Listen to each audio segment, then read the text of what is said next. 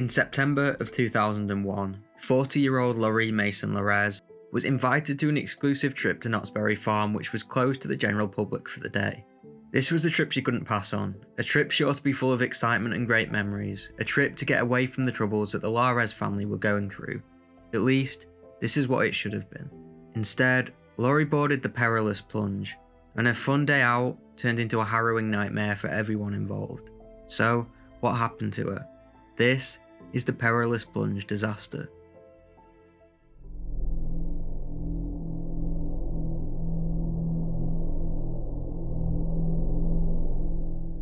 Lori-Mason Larez was born on March 15th, 1961, in Duarte, California. Not much is known about Laurie, but according to reports she was described as being adventurous and kind-hearted. She was a mother of 5 and well loved by her family and friends.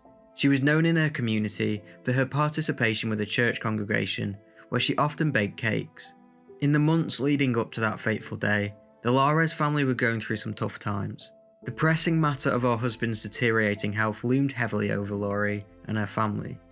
Martin Larez, her 39-year-old husband, was in urgent need of a liver transplant, to the extent that he carried a pager that could alert him if a potential donor was found. Balancing her role as a book purchaser, caretaker for her husband, and chauffeur for her children's school and basketball commitments, Laurie strived to make sure every opportunity she got, she spent it having fun with her family. This is why when she got the opportunity for a day out at Knottsberry farm, she jumped at the opportunity. It was a time to momentarily set aside the gravity of their situation and embrace moments of joy and togetherness in the midst of their challenging lives. Knottsberry Farm, located in Buena Park, California, is one of the oldest and most beloved amusement parks in the United States. What started as a humble roadside stand selling berries in the 1920s evolved into a sprawling 160-acre park that offers a wide range of attractions and entertainment for visitors of all age. With its rich history and unique charm, Knottsberry Farm has become a cherished destination that combines thrilling rides, delicious cuisine, and seasonal events. Knottsberry Farm is renowned for its diverse and thrilling lineup of rides that cater to visitors of all age and levels of adventure. From towering roller coasters to exhilarating water rides, the park offers an array of attractions that are sure to get pulses racing and adrenaline pumping. Thrill seekers can experience the heart-pounding drops and inversions of rides like the Silver Bullet, a suspended coaster that twists and turns through loops and corkscrews, the Hang Time roller coaster, with its vertical drop and gravity-defying inversions. For those seeking water-based thrills, the Calico River Rapids ride takes passengers on a wild and wet adventure through roaring rapids and thrilling waterfalls. However, at the time, one of the standout attractions at Knottsberry Farm was the infamous Perilous Plunge. The Perilous Plunge was a towering flume ride that simulated the experience of hurtling down a steep drop into a pool of water below.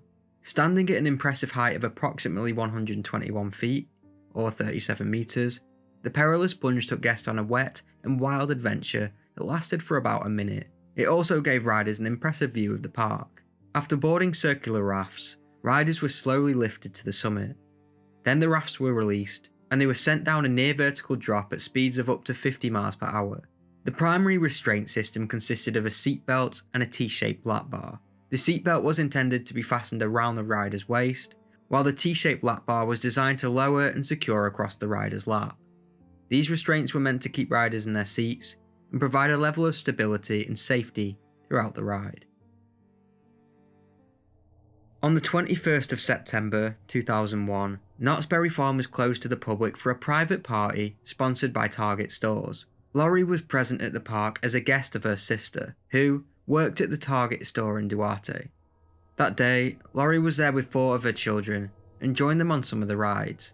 The day was going great, and at 10:20 p.m, Laurie, along with 3 of her children, lined up to board the Perilous Plunge.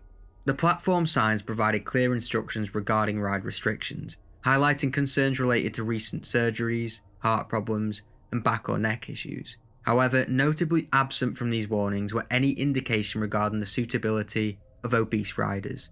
Laurie, who was 5'8", was obese, weighing 292 pounds. Laurie was waved onto the ride by the blissfully unaware ride operator. Straight off, there were problems. Laurie faced challenges with fastening her seatbelt.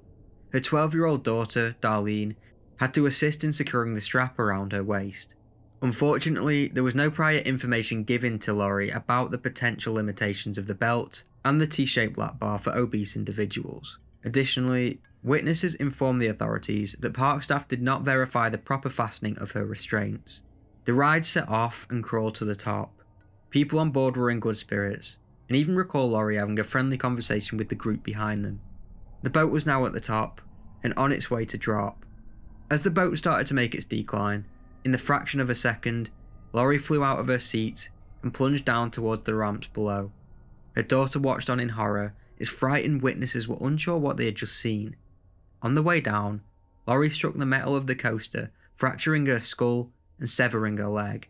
Paramedics rushed to the scene, but Laurie was declared dead an hour later at West Anaheim Medical Center.